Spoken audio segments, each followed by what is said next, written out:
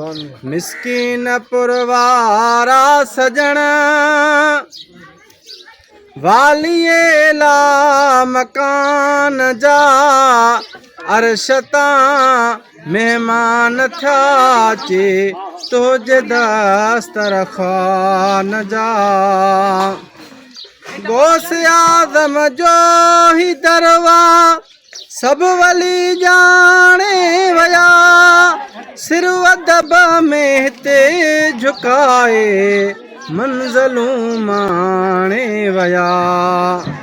कॾहिं कलंदर लाल हिते आ कॾहिं गोस हिते मुल्तान जा अरशता मेहमान थिया चे तुझे दस्तरखान जा मिस्कीन पुरवारा सजण वालिए ला मकान जा अरशता मेहमान थिया चे तुझे दस्तरखान जा रात ॾींहुं मुंहिंजे सजण जी हीअ सखावत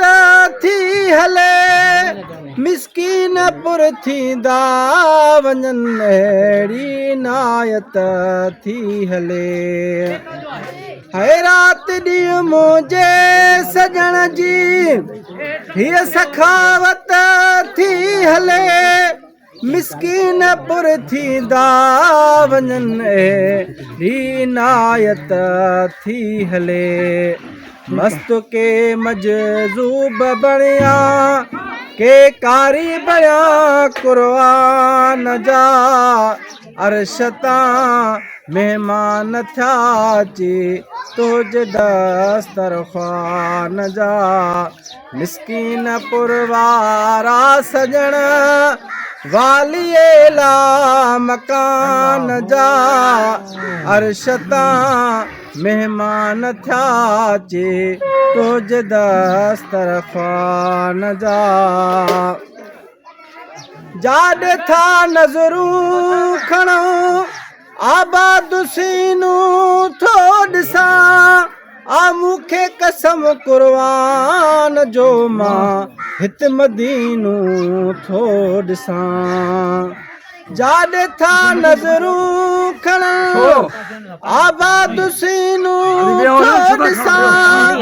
आ मूंखे कसम कुर्बान जो मां हित मदीनू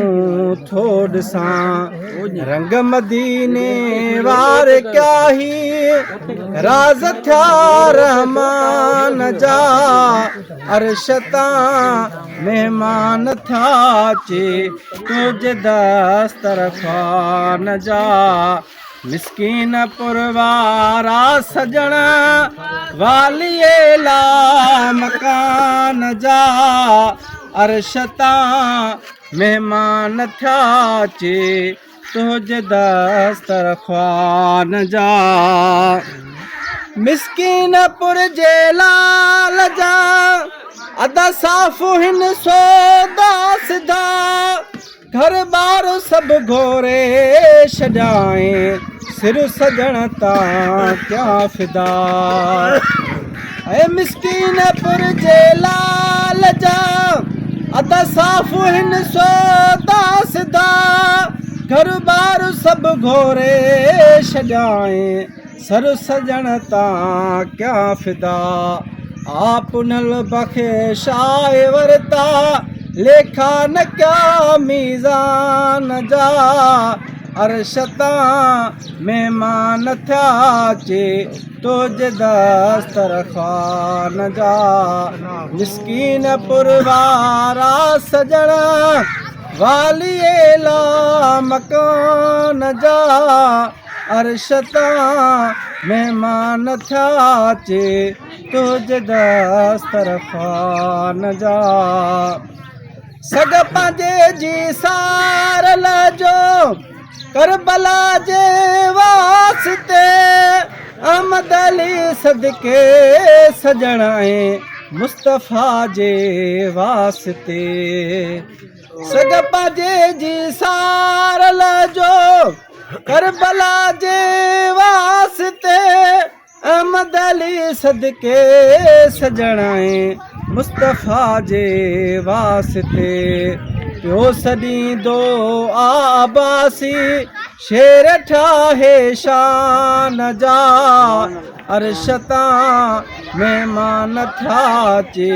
तुझ दस्तरखान जा मिसकीन पुरवारा सजण वालिए ला मकान जा अर्श तां महिमान था अचे तुझ दस्तरखान जा।